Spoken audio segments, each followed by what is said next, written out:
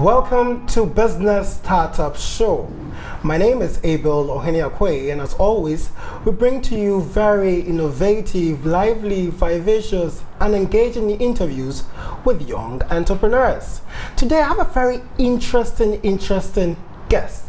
In fact, guests on the show. The business I have for today is Votomobile. Yes, Votomobile. Votomobile is one of West Africa's fastest growing companies. Do you want to know what they do? Well, in a minute or so, I will be introducing you, the CEO and co-founder of Votomobile, as well as the senior software developer. They're going to share with us how they got where they are, their challenges, the intrigues of the business, and how they are surmounting these challenges. We go for a break. When we come back, I'll introduce you to my guests. Simbin's Furniture Clearance Sale has started. Buy any 2 rooms and get 1 executive swivel chair for free. Save from 35% to 50% on selected items. For living room top grain leather package, you get 1 to 3 seater, 1 to 2 seater, 1 armchair, 1 center table, 2 coffee tables, 2 table lamps, and 1 free area rug. Bedroom package comes with Sealy Posturepedic mattress, the best in the world. Available are Swarovski crystal chandeliers and beautiful, unique decorative items. For your beautiful furniture with quality, style, and uniqueness, see Simbin's first. Contact us 0244 667 790 or 0302 764 175.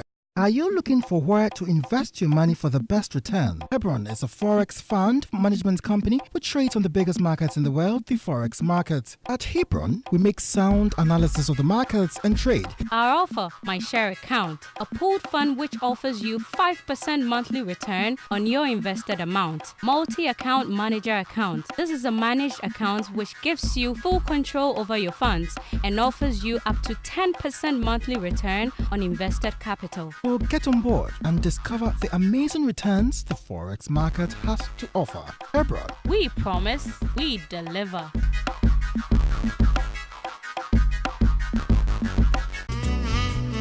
Mr. Risana Numbishe Obesi Sawadrin. Welcome back from that break there.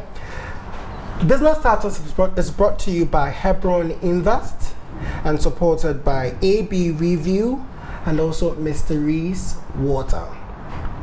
As I said before we went on the break, I have very interesting guests for today. They're going to show us the trajectory of the business Votomobile, how they became one of West Africa's fastest growing social enterprise. My guest for today, Dr. Mark Boots. Hey, Bo. My pleasure. Who is the CEO and co-founder, and George Arthur Sarpong, Hi. who is the senior software developer. I'm going to go straight into the discussion, but as I do, mostly I'd want to know a little bit about you. So let's start with Dr. Mark Boots. Who is Dr. Mark Boots? Who's Dr. Mark Boots? Good question. So, Dr. Mark Boots grew up in Canada. Grew up in a small farming town. Later moved to the city, and my background is in engineering and actually engineering and physics. I did my PhD in physics. During that time, I was also doing a lot of software development at a big research facility at the university where I worked.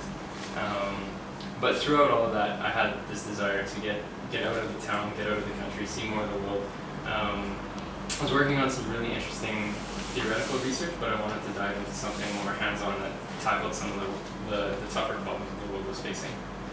So that's what brought me to Ghana a few years ago, and that's what led me into this.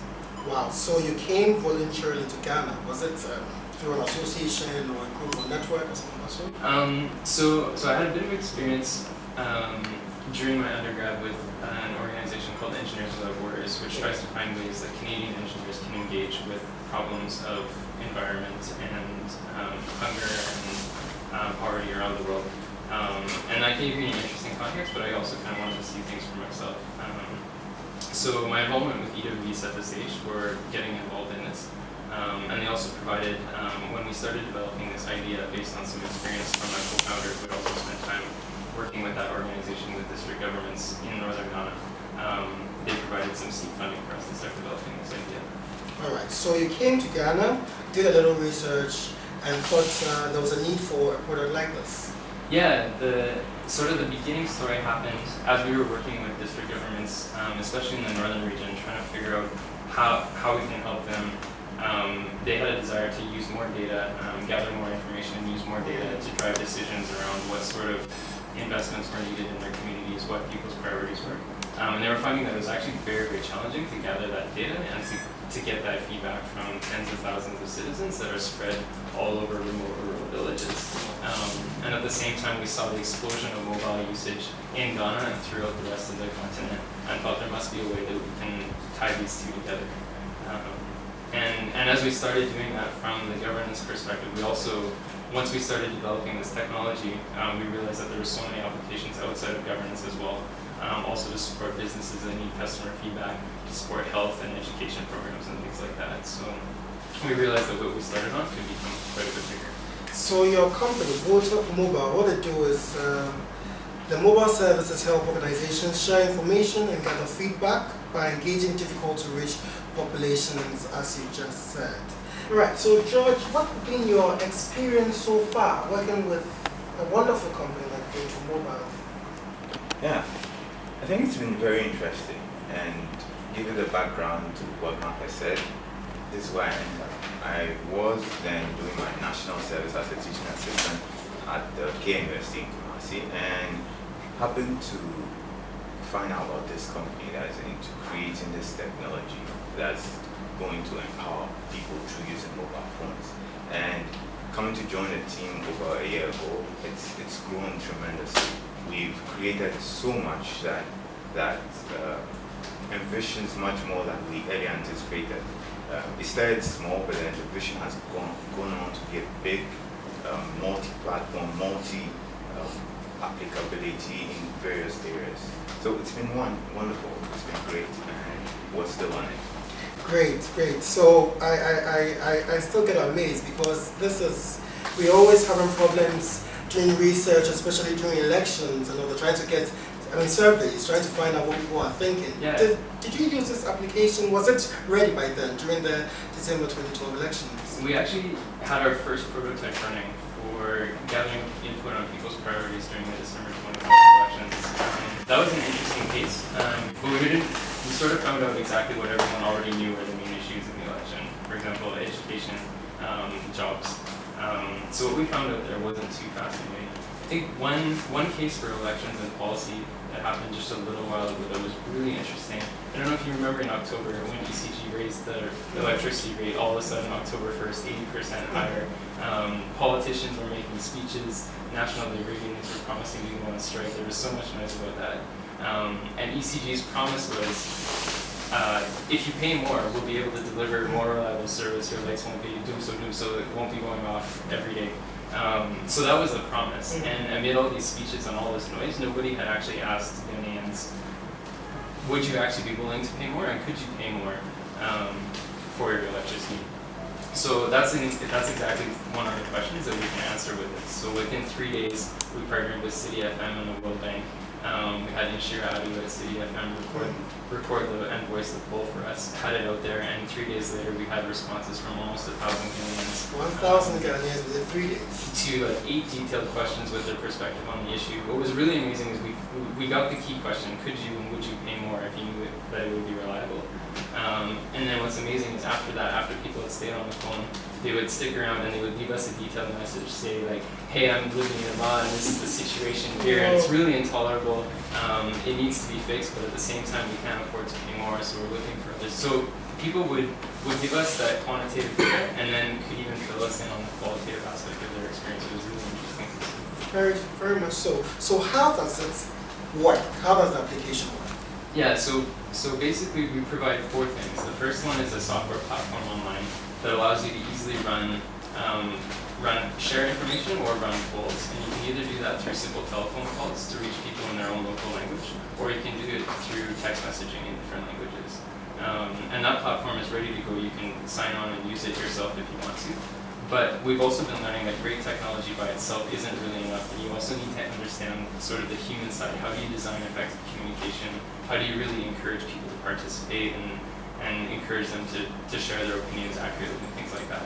So the second thing that we do is we provide sort of a consulting service to help organizations and businesses design strong mobile engagement communication. The third thing we do is we're trying to learn what works and what doesn't, because a lot of organizations are doing this for the first time. So we're also sharing sort of best practices as we work with different organizations and find out what works. And then the last thing what works for them or what works for you? More so what works in general. So for example, if you're trying to share health information to help people make healthier decisions, what is the best way to present that information? If you're trying to run a poll to gather input on people's priorities for the annual action plan or something like that, what is the best way to frame those questions to get accurate data? Questions like that, more on the human side. And the fourth one? And the fourth one is just recently we released a powerful API so that other third-party developers and entrepreneurs can embed interactive text messages and interactive voice into their own applications through the platform that we've already built. So we're really excited to see. For free? Not for free, obviously. Nothing's free, and we have to pay the telco bills as well. But traditionally those services have taken a long time to develop, and you needed to reach out and make partnerships with all the mobile operators. With the API now, you can do that tomorrow. You can have interactive text and interactive voice in your apps. And we're really excited because we built this general purpose conversation engine, and we can't even imagine all the things that you can do with it. And now it's going to be a great experience to be able to invite other entrepreneurs and developers into that and see what they come up with. Amazing. Sure, I think this is, I don't know, I tried to do some research, and it looks as if in Africa you are the leading, mobile engagement platform. Correct me if I'm wrong. We would humbly say we're doing our best to reach in the masses, because that's what we are aiming at. Is it a model that you are sort of, created after? Is it, or it's something very so original that we don't have others duplicating it somewhere else in Africa? Generally, we're out to empower people, and we set up. It's not always going to be as how you planned it. There are always going to be events. You're always going to learn from the interactions you have with the people. So it's not like there's a strict model we are following. But then it's something we're learning. But you have come to the point where you can say that it's fully blown and that it's working. It's a very effective model. Yeah, we have a working software that we have. So it has been working for how long? Let's say since February of 2012. So by February 2012, you could send out voice messages and you could engage the system. And it's actively changing every 4 weeks. Wow. So your training at KNUST gave you enough knowledge to be a senior software developer with Votomobile? Definitely gave me foundation. It gave me foundation enough to be able to appreciate what's out there. But then education alone is not enough. You need experience. So with that experience, also from learning, like our team is diverse. We have programmers, we have business-oriented people of various nationalities, various personnel. But then you learn from each person, and it shapes you up to being a better person as a software engineer, as someone who is open towards handling tasks and delivering as promised. Amazing, amazing. I don't know, I'm so excited about this product because it's revolutionary, I think. Let's take our first break. We'll be back with more from Votomobile. Mr. Risana Numbishe Obesi Sawadrin. At Juniors College, we believe that not every pass is a good pass. So we go extra mile to ensure our students come out with excellent grades. Our fees are very much affordable and we have flexible terms of payment. We run the following programs: WASI Remedias, DBS, IELTS, TOEFL, SAT, GRE, and GMAT. Juniors College, we have small class sizes, so teachers are able to monitor our progress closely. The teachers are very good. They take their time to explain to our understanding. You can locate Juniors College at Medina Firestone near Atomic Overhead Bridge. Telephone 0249 101 012 0263 950 101. Welcome back from the break. We've been having a very intense discussion here with Dr. Mark Boots and George Arthur Sarpong of Votomobile. Votomobile is a social enterprise and it's a mobile engagement platform. They are doing wonderfully well, and we've been talking through, how the operations have been so far. And what I see from what you've spoken about so far, Dr. Mark, is you guys are very socially oriented. And the reason behind that is? I think that's where we started from, and we want to make sure that we don't want to lose that. As a social enterprise, we want to figure out how we can run this as a strong business, and I'm sure that there's enough commercial market for a tool like this that we can run this as a solid business. But at the end of the day, what matters to our team is that we're figuring out how to use this so that organizations can help people to improve their health, improve their education, to improve the services that they get from public service providers. That's where we started from, and that's what we want to make sure that we stay true to. Great. Let me read one thing that something I got from one blogger. It said in the last year alone, the Votomobile has allowed journalists to run national public interest surveys, rural clinics to distribute maternal health education, policymakers to study vaccine supply chains, economic development organizations to reach out to farmers, urban planners to monitor water distribution assets, and academics to research the effects of public health interventions. That's a long list. This is amazing.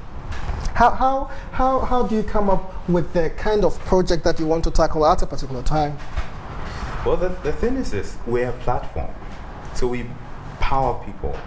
We just give you that empowerment through the Votomobile account you have. So for example, you mentioned empowering journalists.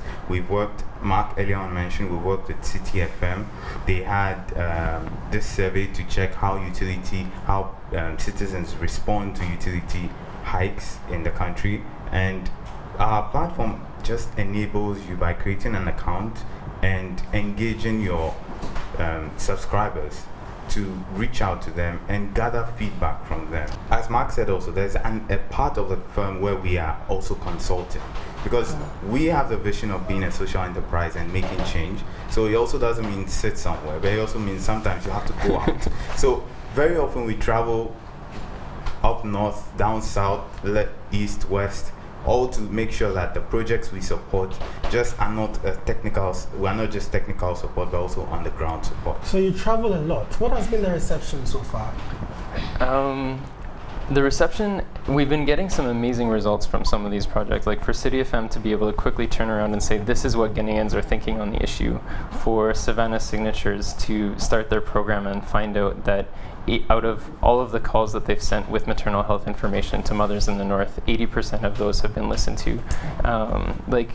We're getting. Can you hit a little bit more on the maternal health, how it works? Yeah, so the maternal health program is designed to support women in rural communities that might not have good access to clinics and hospitals during their pregnancy.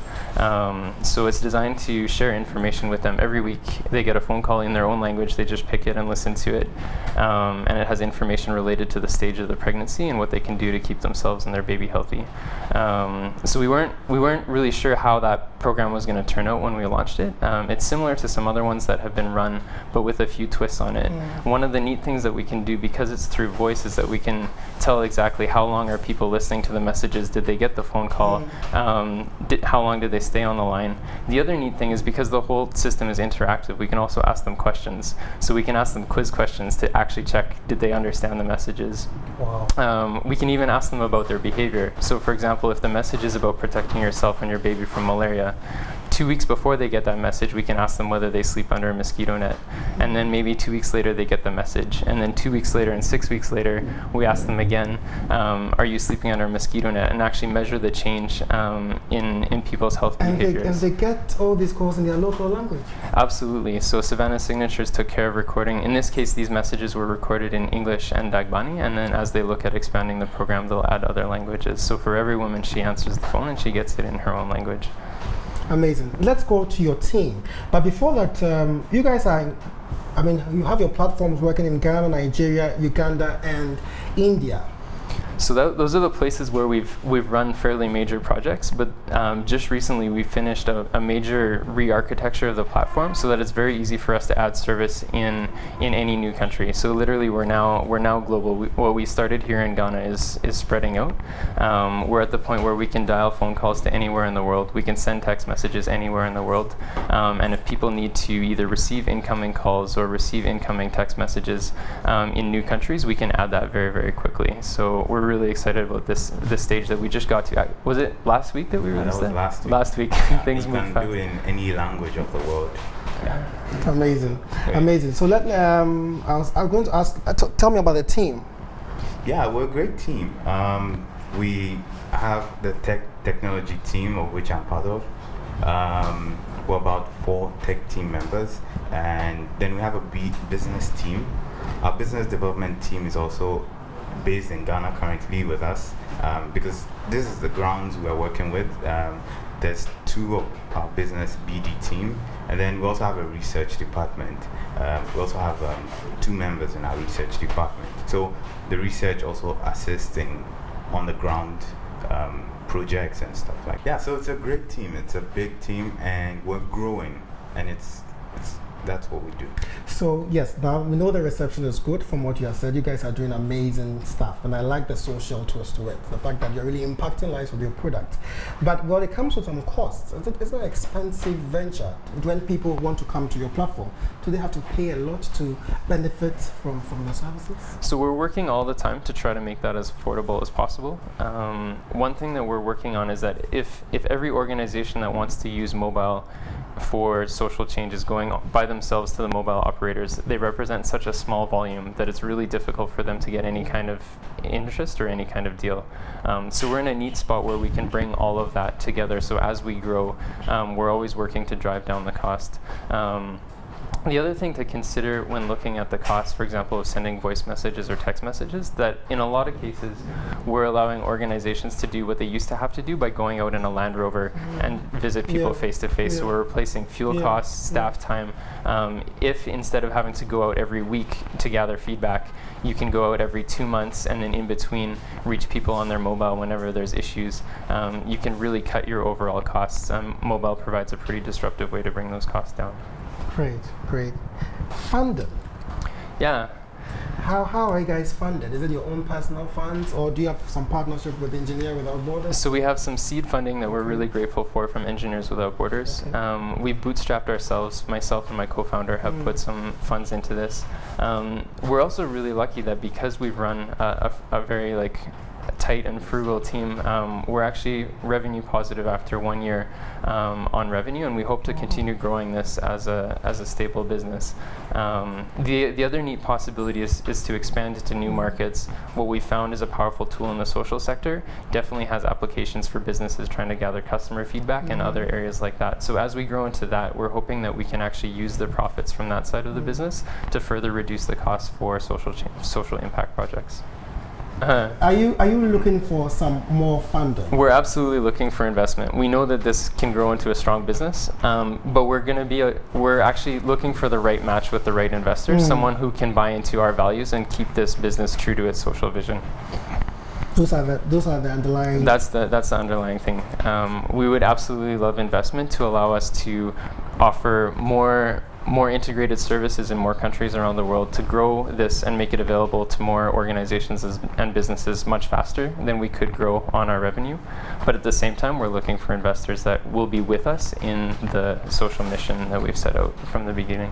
Great. So what do you envision in the next 5 years? My vision in the next 5 years is that we become a universal service that organizations are using around the world. Instead of having to stop and wonder, should we be gathering feedback from our customers, from our stakeholders, from our citizens? Instead, it's a simple answer. It's like, great, you can use a tool like this, and we can start tomorrow and regularly engage citizens in that feedback. So around the world, the vision is for district governments to be always in touch with their citizens, learning what their priorities are and being focused on that. For NGOs to make sure that they're actually delivering what people are asking for. For businesses to be able to evolve their products to really hone in on what customers are asking for. I'd say our vision is really on on that side, a world that's really based on feedback on what people need and want to help improve themselves.